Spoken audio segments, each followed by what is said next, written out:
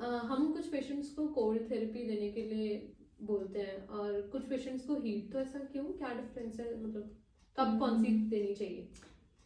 There is a huge logic behind it.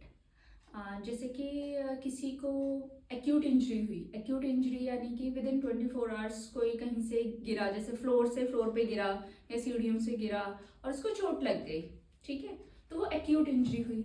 और chronic injury होती है जैसे कि ऑस्टियोआर्थराइटिस या फिर lumbar disc prolapse which is causing severe pain. तो these kind of things are chronic pains. तो पहले तो हमने कैटेगराइज किया पेन को दो कैटेगरी में, acute and chronic. Now comes to cold and heat therapy. ठीक है, कोल्ड थेरेपी जो होती है इंजरी के विद इन 24 आवर्स किया जाता है, जिससे कि वैसो कॉन्स्ट्रिक्शन हो जाता है।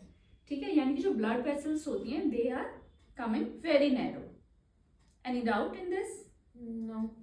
ओके, सो जब नैरोइंग हो जाती है ब्लड वेसल्स की, तो जो हमारी आर्मी सारे न्यूट्रिशन मटेरियल कैरी कर रही होती है और ये ब्लीडिंग कैपिलरीज होती हैं वो श्रिंक कर जाती हैं, तो स्वेलिंग का जो मैकेनिज्म है दैट इज इनहिबिटेड। ठीक है, that is not progressing further.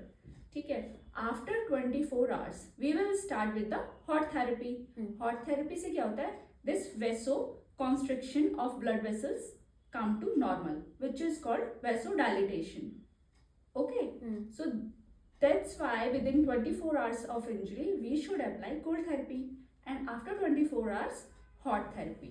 अब इसको हम ऐसे भी समझ सकते हैं कि जब किसी को एक्यूट इंजरी होती है तो उस कंडीशन में हम राइस टेक्नोलॉजी का यूज करते हैं, that is rest, ice, compression and elevation. Before 2003 rice was used. After 2007 price was used, protect, rest, ice, compression and elevation.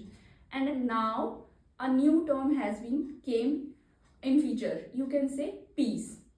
So what is peace now?